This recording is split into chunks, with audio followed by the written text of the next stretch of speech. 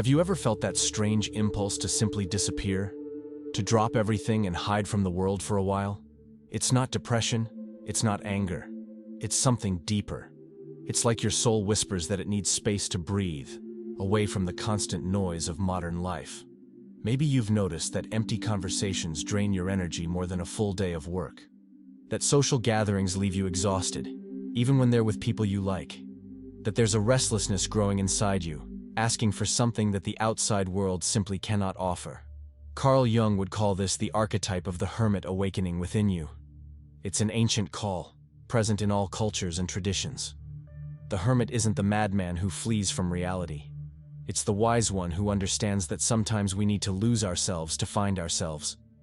There exists a figure that dwells in the deepest part of the human psyche, especially in those who have always felt different from the rest of the world. Jung knew it well and called it the hermit.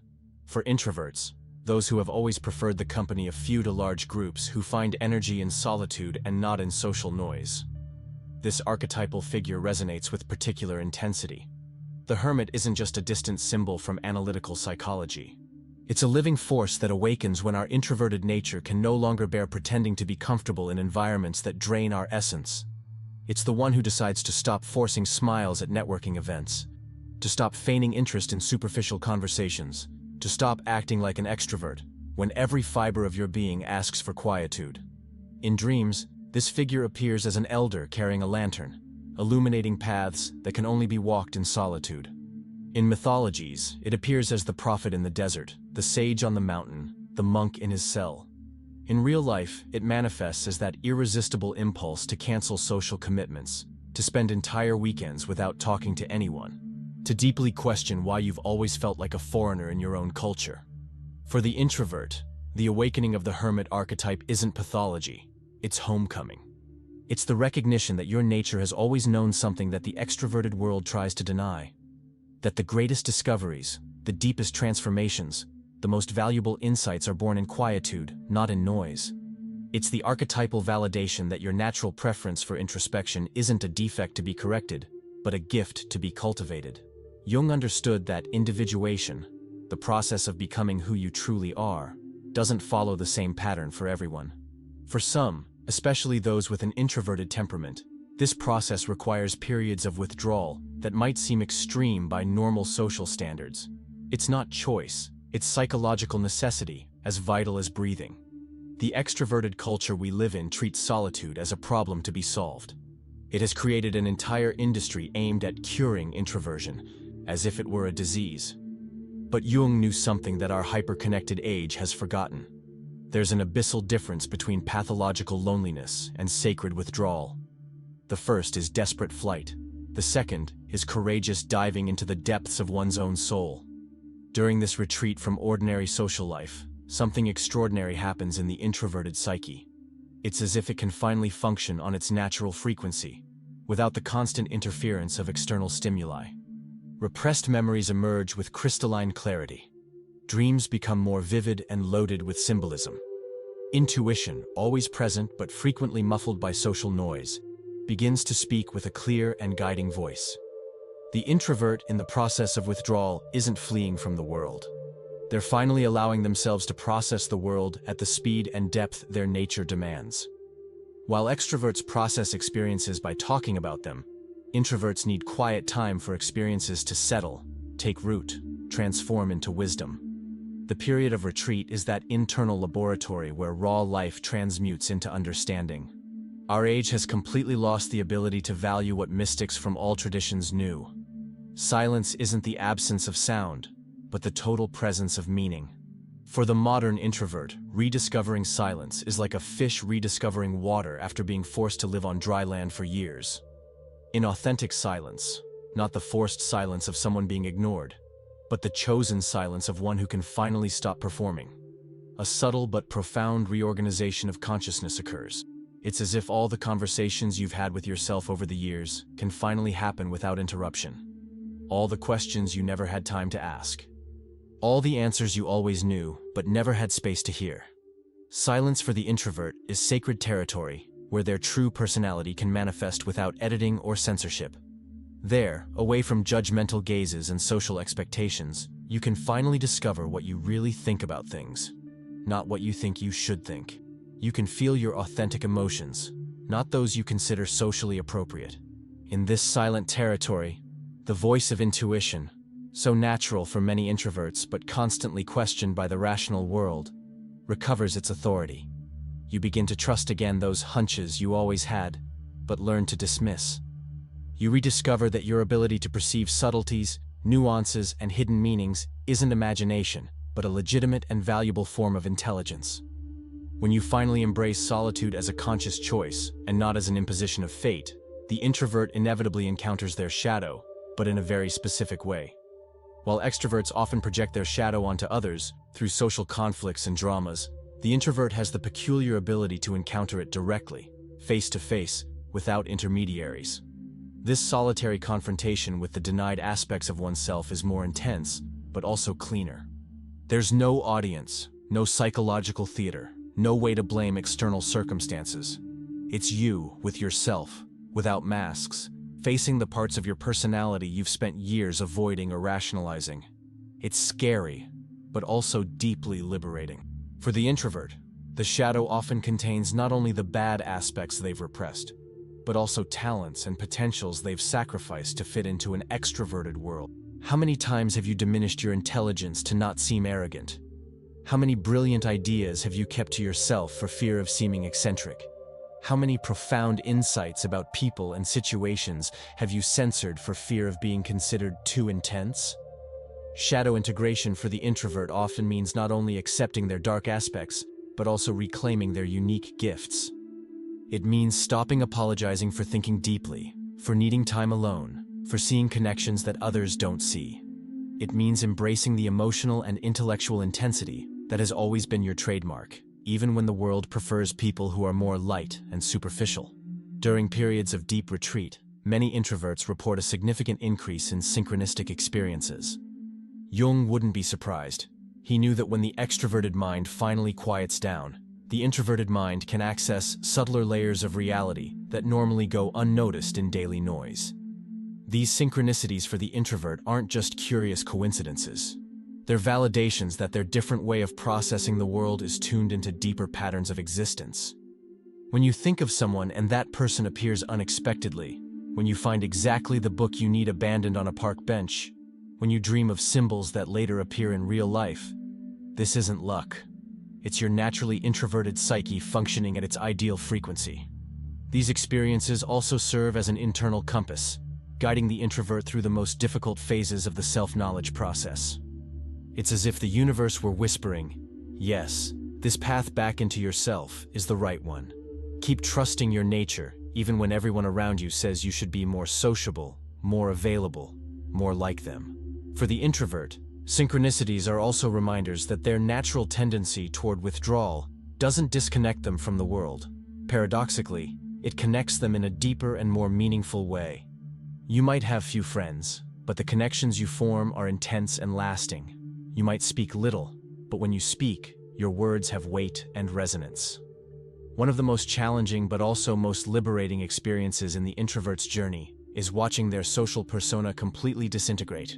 For years, you might have built a performative version of yourself capable of functioning in extroverted environments.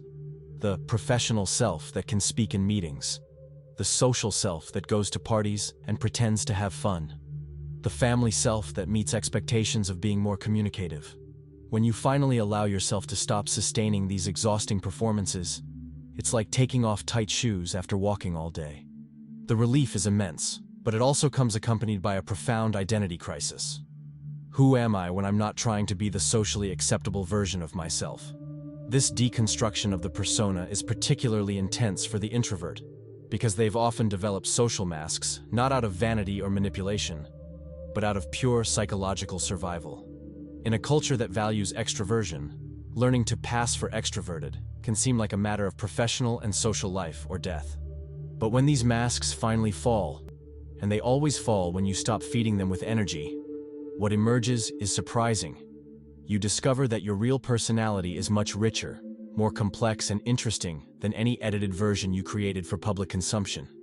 You discover that your unique way of seeing the world, your heightened sensitivity, your ability to perceive nuances that others ignore, aren't defects to be hidden, but rare talents to be celebrated. The pain of isolation for the introvert has a specific quality that the extroverted world often doesn't understand. It's not the pain of being alone. That can even be pleasurable. It's the pain of feeling like an alien observing human life through glass, unable to fully participate because the dominant social codes were written by and for a way of being that isn't yours. This pain often comes accompanied by what Erich Fromm called the fear of freedom, but in a very specific context, the fear of finally accepting that you are fundamentally different from most people and that this is okay. For decades, you might have tried to mold yourself to extroverted standards, believing that one day you'd manage to cure yourself of introversion. The realization that there's nothing to cure, only a nature to honor, can be simultaneously liberating and terrifying. There's also the pain of confronting how many years you wasted trying to be who you're not. How many opportunities for self-knowledge you lost because you were too busy trying to function in extroverted mode. How many superficial relationships you maintained to the detriment of the few deep relationships your soul truly yearned for. But it's precisely by going through this pain that the introvert discovers a form of freedom that few extroverts experience. The freedom of not needing constant approval from others to feel valid. When you stop trying to please a world that never understood your nature, you discover that you can create an internal world so rich and satisfying that external validation becomes a bonus, not a necessity. Jung made a distinction that is particularly relevant for the modern introvert. The difference between the spirit of the times, what's fashionable, trending in current conversations, and the spirit of the depths, what remains eternally true about the human condition, regardless of era or culture. The introvert, by nature, is naturally attracted to the spirit of the depths. While the extroverted world agitates itself with the latest news, trends, and social movements, the introvert feels more at home exploring timeless questions. What is a life well lived? How do we find meaning amid chaos? What is the nature of true love? Why do we suffer? And how can we transcend this suffering? This preference for the eternal over the ephemeral often puts the introvert in conflict with the spirit of the times. While everyone is talking about the latest social media controversy, you're reading a 500-year-old philosophy book. While your colleagues are obsessed with networking and self-promotion, you're interested in authentic connections and inner growth. This might make you feel out of place, but it's actually a sign that you're tuned into something deeper. The challenge for the introvert is learning to honor this natural connection with the spirit of the depths, without becoming excessively critical or disdainful of those who operate primarily in the spirit of the times. Both have their place and function. But for your own psychological health, it's crucial that you allow yourself to follow your natural inclination for substance over surface, for meaning over popularity. This conscious choice to follow the spirit of the depths is what transforms the introvert into a true hermit. Not someone who flees from the world, but someone who seeks to understand it in its most fundamental and timeless layers. The metaphor of the desert resonates particularly with the introverted experience because it captures both the terror and beauty of necessary emptiness. For the extrovert, the desert might seem like death, absence of stimuli, of people, of action. For the introvert, the desert is a laboratory where inner life can finally flourish without interference. In the psychological desert of deep solitude, the introvert discovers that much of what they considered essential for happiness were actually social habits they maintained out of fear of seeming antisocial. They discover they can spend days without superficial conversations and feel more connected to themselves than they ever felt in crowds. They discover that simplicity, few relationships but deep ones, few activities but meaningful ones, produces a quality of life far superior to the social complexity that was always imposed on them. The desert also teaches the introvert the difference between solitude and isolation. Isolation is when you're alone, but feeling disconnected from yourself and the world. Solitude is when you're alone, but deeply connected with your essence and with the broader patterns of existence. In the desert of chosen solitude, the introvert learns they can be physically alone but spiritually accompanied by a rich inner life. This experience of the inner desert often reveals to the introvert that their sensitivity, which the world always treated as weakness, is actually a superior form of perception. Like desert plants that develop deep roots and the ability to absorb moisture from the air, the introvert develops acute perceptive abilities that allow them to find meaning and beauty where others see only emptiness. The alchemical tradition has always fascinated introverts because it offers a perfect metaphor for what happens during periods of deep retreat. The alchemist isolated himself in his laboratory not out of misanthropy, but because the transmutation of base metals into gold required specific conditions that could only be maintained away from external interference. For the modern introvert, the alchemical work happens in the psyche. The lead that must be transformed are the years of social conditioning that taught them their nature was problematic. They are the internalized voices that whisper that you should be more sociable, more available, more like the majority.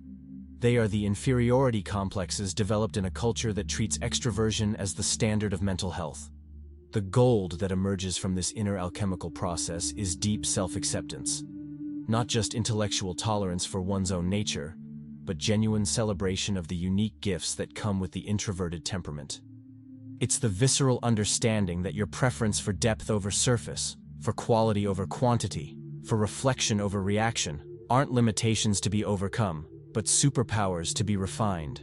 The laboratory, where this transmutation happens, is the sacred space of conscious solitude. Not solitude imposed by external circumstances, but that which you choose and protect as a necessary condition for your flourishing. In this laboratory, away from social pressures and others' expectations, you can finally conduct the psychological experiments your nature demands. Discover who you are when no one is watching, what values you truly hold when you stop trying to please, what unique gifts you possess when you stop comparing them with extroverted abilities. Deciding to temporarily withdraw from the social world is, for the introvert, a particularly profound form of symbolic death, because it represents the death of all the false versions of themselves they built to survive in an extroverted culture. It's the end of the self that smiles when it doesn't want to smile, that speaks when it would prefer to listen, that goes to social events when it would rather stay home reading. This symbolic death happens in waves. First dies the compulsion to immediately respond to messages and calls. You discover you can leave your phone on silent for hours without the world ending. Then dies the need to fill every silence in conversations. You learn that silences can be more eloquent than words. Next, dies the fear of disappointing people by canceling social commitments when your energy is low. Each small death liberates psychic energy that was being wasted maintaining unsustainable performances. It's as if you were living with multiple personalities, not due to pathology, but due to social adaptation, and could finally integrate them all into a coherent and authentic identity. The deepest death is that of the belief that you need to be different from what you are to be loved and accepted. For years, the introvert might believe their nature is a defect to be hidden or corrected. The death of this central belief is painful because it forces a complete reevaluation of all relationships and life choices. But it's also deeply liberating because it allows the birth of self-esteem based on authenticity instead of external approval. What Christian mystics called the dark night of the soul has a specific manifestation in the introvert's journey. It's that period where you not only feel disconnected from the social world, that can even be comfortable, but also seem to lose contact with your own inner life, which has always been your refuge and source of meaning. During this dark night, even solitude loses its sacred character and becomes just emptiness. Books that always inspired you seem meaningless. Meditation becomes sterile effort. The profound insights that used to emerge naturally from periods of reflection simply don't come. It's as if you've lost not only the world, but also yourself. This phase is particularly challenging for the introvert because they could always count on their internal resources when the external world became too hostile or demanding. When even these resources seem to dry up, a profound sense of helplessness can take hold. If not even my inner life works anymore, who am I? Where do I go? But the mystics taught that this apparent spiritual sterility is actually a sign that an even deeper transformation is happening. It's as if the psyche were doing a radical cleaning, discarding not only the false social personas, but also the habitual ways of relating to oneself that might have become equally limiting. The only thing that sustains the introvert during this dark night is a peculiar form of faith. Not faith in religious dogmas, but faith that their introverted nature, which has always been a source of insight and wisdom, won't abandon them forever. It's a faith that this period of apparent emptiness is gestation, not definitive death. A faith that on the other side of this crossing exists an even more authentic and integrated version of themselves waiting to be born. One of the most surprising discoveries the introvert makes during periods of profound withdrawal is their natural connection with what Jung called the collective unconscious. The more they distance themselves from superficial conversations and immediate concerns of the social world, the more access they gain to symbols, insights, and wisdom that transcend their limited personal experience. This connection manifests in various ways. Dreams become populated with archetypal figures, ancient sages, mythical animals, landscapes they've never visited but immediately recognize. During meditation or deep reflection, insights about human nature emerge spontaneously, as if you were accessing a universal library of knowledge about what it means to be human. For the introvert, this experience validates something they always suspected, that their preference for inner life isn't narcissism or escapism, but a legitimate form of exploration that can generate knowledge as valuable as any external research. When you dive deep enough into yourself, you don't find only personal neuroses and complexes, but universal patterns that connect you with all humanity. This discovery transforms the introvert's perception of their own nature. They stop seeing their tendency toward withdrawal as social limitation and begin recognizing it as a specific vocation, being a kind of archaeologist of the psyche, someone who specializes in excavating and interpreting the forgotten treasures of universal human wisdom. The irony is that by physically distancing themselves from people, the introvert often feels more connected to humanity as a whole. Their reflections stop being just about their personal problems and begin touching questions that affect everyone: how to find meaning, how to deal with mortality, how to love authentically, how to transcend suffering. Our culture has a distorted understanding of what it means to take care of oneself, especially when it comes to introverts. It has transformed self-care into a full agenda of activities: spa, gym, courses, therapies, self-help workshops. But for the introvert, true self-care often means the opposite: stopping, canceling, refusing, simplifying. The introvert who learns to genuinely care for themselves develops what could be called an energy ethic. They recognize that their psychic energy is a limited and precious resource that must be invested consciously, not wasted on activities and relationships that don't add real value to their life or the world. This energy ethic might seem like selfishness to those who don't understand the introverted nature, but it's actually deeply altruistic. When the introvert stops exhausting their energy, trying to be what they're not, there's much more energy left to offer their unique gifts to the world. Their ability to listen deeply, to perceive nuances that others miss, to offer insights that come from careful reflection instead of impulsive reaction. Self-care for the introvert also involves the courage to establish boundaries that might seem extreme by normal social standards, saying no to social invitations without feeling guilt, working in environments that respect their need for concentration and quietude, choosing few deep relationships instead of many superficial ones. This isn't antisocial, it's intelligent self-preservation. When they finally learn to honor their nature without apologies, the introvert becomes a source of resources instead of a drain.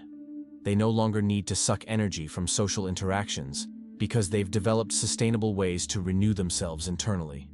They can offer genuine presence because they're not constantly depleted trying to be who they're not. The introvert's journey through the archetype of the hermit isn't permanent escape from the world, but preparation for a more conscious and authentic return. When they finally emerge from periods of profound withdrawal, they bring with them a quality of presence that is immediately perceptible to those who have eyes to see. This presence has specific characteristics that are rarely found in personalities who have never gone through the solitary crossing. First, there's a serene self-acceptance that doesn't need constant validation. The introvert who has completed their inner journey doesn't go around apologizing for being quiet, for needing time to process before responding, for preferring deep conversations to small talk. Second, there's a capacity for listening that goes far beyond social politeness. Having learned to listen to their own inner voice through years of silent practice, they've developed a rare ability to truly listen to other people. Not just the words they say, but the feelings and needs behind the words.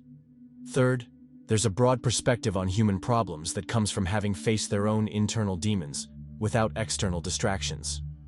They're not easily shaken by superficial dramas because they know the difference between real suffering and emotional theater. This doesn't make them insensitive. On the contrary, it makes their compassion wiser and more effective. The introvert's return to the social world is like that of the mythological hero who descends to the underworld and returns with medicine for the tribe. But their way of sharing this medicine is subtle, respectful, never imposed. They don't preach or try to convert anyone. They simply live in a way that invites others to question their own choices and priorities. The true mastery that the introvert develops through the hermit's journey is the ability to be present in the world without being consumed by it. They learn the art of participating in necessary social activities while maintaining an untouchable inner core. It's as if they've built a portable sanctuary within themselves, a sacred place where they can mentally retreat even in the middle of a noisy meeting or social event. This ability to be present but not trapped is revolutionary in a culture that demands total and immediate availability. The introvert who has mastered this art no longer needs to physically flee social situations because they've learned to navigate them while keeping their inner integrity intact. They can be at a party and not be of the party, in a noisy office but connected to their own silent center.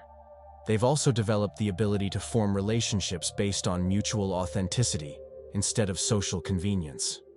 Their friendships might be few, but they're deep and lasting because they're built on genuine interest in each other's inner life, not just on shared activities or practical conveniences. Most importantly, they've learned to be a source instead of an emotional drain. Having discovered renewable internal sources of energy and meaning, they can give generously without exhausting themselves. They can love without losing themselves, support without sacrificing themselves, be available without becoming codependent. They're free in a way that few understand, but many secretly envy: the freedom to be completely themselves, regardless of external circumstances. If you've made it this far, it might be because something in your soul recognizes this ancient call for the inner journey. Maybe it's because you too are one of those who have always felt different in a world that values extroversion above all else. The archetype of the hermit isn't for everyone, but when it's your calling, you know. Even if all the culture around you insists you should be more sociable, more available, more like the majority.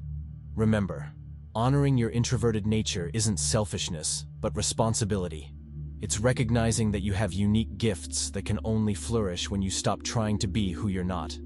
The world needs people who think deeply, who feel intensely, who see nuances that others miss. It needs modern hermits who make the inner crossing and return with wisdom to share. If these reflections touch something deep in you, know that in the exclusive ebook, Alchemy and Archetypes, you'll find practical tools that will help you in this process. Check it out in the first pinned comment.